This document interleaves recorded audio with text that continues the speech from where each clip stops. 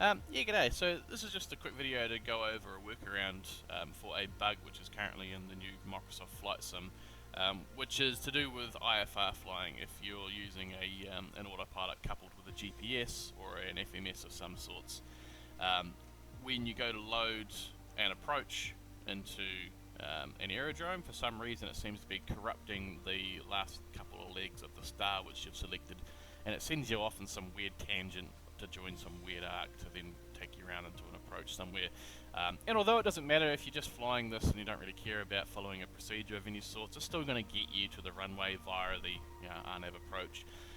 It's just not doing strictly what the published procedures is, and if you're using something like VATSIM and the controller cleared you for something and then you just allow your autopilot to take you off onto this random track, the controller's going to be wondering what the hell you're up to.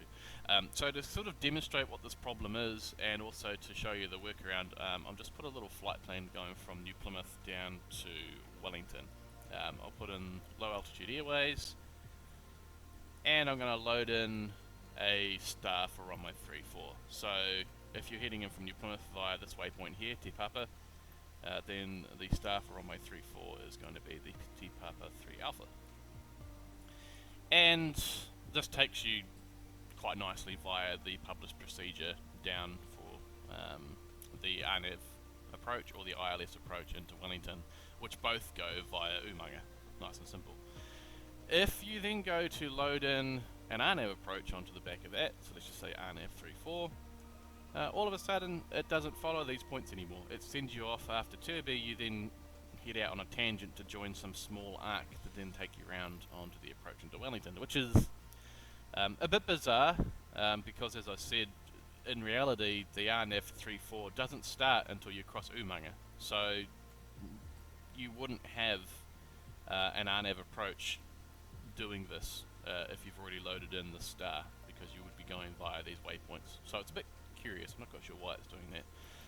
The ILS is even worse. If I then go put the ILS for 3-4 in, which again starts via Umanga, for some reason after Vican it then puts you onto this massive arc to then travel all the way around onto like a 15-mile final, which is, I mean, you could do an ILS via an arc, but for some reason there doesn't seem to be an option in the game to transition via Umanga. You have to go via an arc, which is a bit annoying.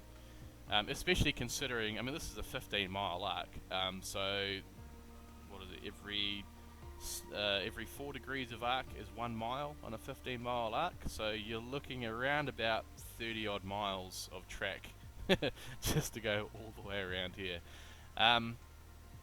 Not ideal.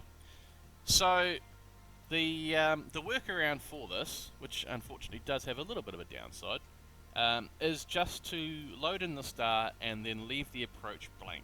And you can do this through the FMS, you can do this through the G1000, and of course you can do it through the planning stage here too.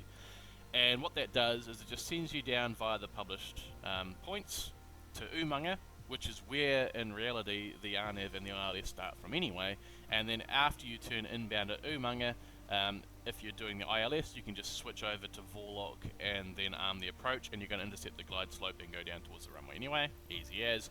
If you were doing or wanting to do the RNAV, it's still going to take you via the same inbound as what the published RNAV approach is anyway. The only downside is you're not going to get any VNAV guidance, which by the sound of it isn't working too well in the game at the moment anyway, so you're not going to miss out on too much.